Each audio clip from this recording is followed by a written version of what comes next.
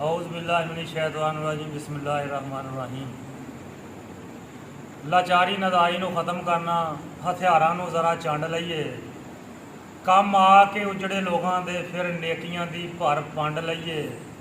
ते मक्खण जट यारा दुख दुनिया दे अज सांझे समझ के वंड लईए। हज़रात गिरामी, जिस तरह तुसीं जानते हो मीडिया के जरिए, अखबारात के जरिए, टैलीविज़न के जरिए कि साडा अद्धे मुल्क तो अद्धा मुल्क तकरीबन पानी की नज़र हो गया।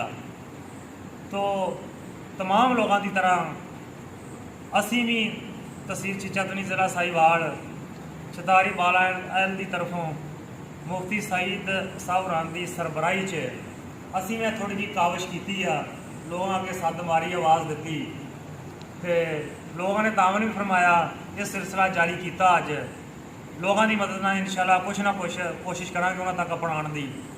बेसिकली जिस तरह मुफ्ती साहब फरमा रहा सी कि जदों भी इस तरह की आजमाइश आती है, इम्तिहान आता, बेसिकली जोड़े लोग मुसीबत ज़्यादा होंगे आ उन्हों का इम्तिहान तो होंदा ही होंदा, लेकिन जोड़े दूसरे मुसलमान आ उन्हों का इम्तिहान ज़्यादा होंदा वा। वेखना यह आ कि उन्होंने तकदीर लग गई आ, वेखना यह आ कि दूसरे मुसलमान उन्होंने तावन कितना फरमाते आ।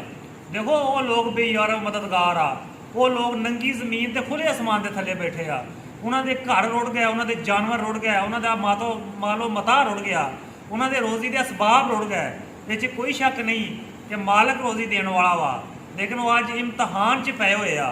हुण वेखना यह आ कि बनी नो इंसान, जिदा कि हदीस शरीफ च आया कि मुसलमान एक दीवार दी मानंदा, एक का जिसम दूसरे नाल जुड़िया होया, जिवें एक इट दूई नाल जुड़ी हुई आ। अज वेखना यह आ कि वो उम्मत मुहम्मदिया अपने उन्होंने भरावां नाल किन्ना तावन फरमाउंदी आ जिन्हां दी हर शहर रुड़ गई, जिहड़े उजड़ पुजड़ गए।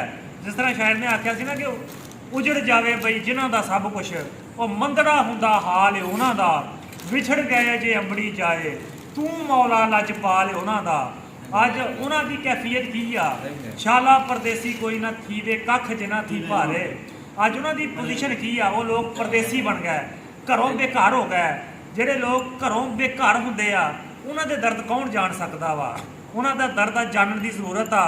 तो जनाब ये निकी जी कोशिश आ, ये तमाम लोग तावन फरमान, जिहड़ा इंसान पाकिस्तान के किसी कोने च भी बैठा वा उन्हां तक खबर तो पहुँची आ, वो अपने अपने इलाके च लाजमी इनू फरोग दवो, उन्हां दी मदद वास्ते मैदान च आ जाओ।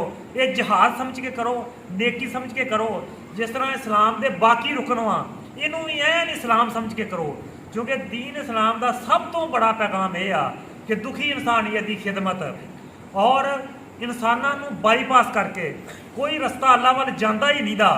तो एक गुजारिश आ, जितों तक भी आवाज़ पहुँचे इन्होंने लोगों वास्ते तावन करो। अगर इन्होंने लोगों वास्ते तावन करांगे तो अल्लाह की ज़ात सानू इस इम्तिहान इस आजमाइश चों महफूज रखेगी। तो मैं दुआ करदा अल्लाह की ज़ात तमाम मुसलमानों उम्मत मुहम्मदिया इदां दे इम्तिहान, इदां दी आजमाइश, इदां दी मुसीबत चों महफूज रखे। और जेड़े इस मुसीबत, इस आजमाइश, इस इम्तिहान की जद च आ गए आ उन्होंने गैबी अमदाद पहुँचावे। अल्लाह की ज़ात उन्होंने हामी नासर होवे। आमीन। अस्सलाम वालेकुम। अल्लाह।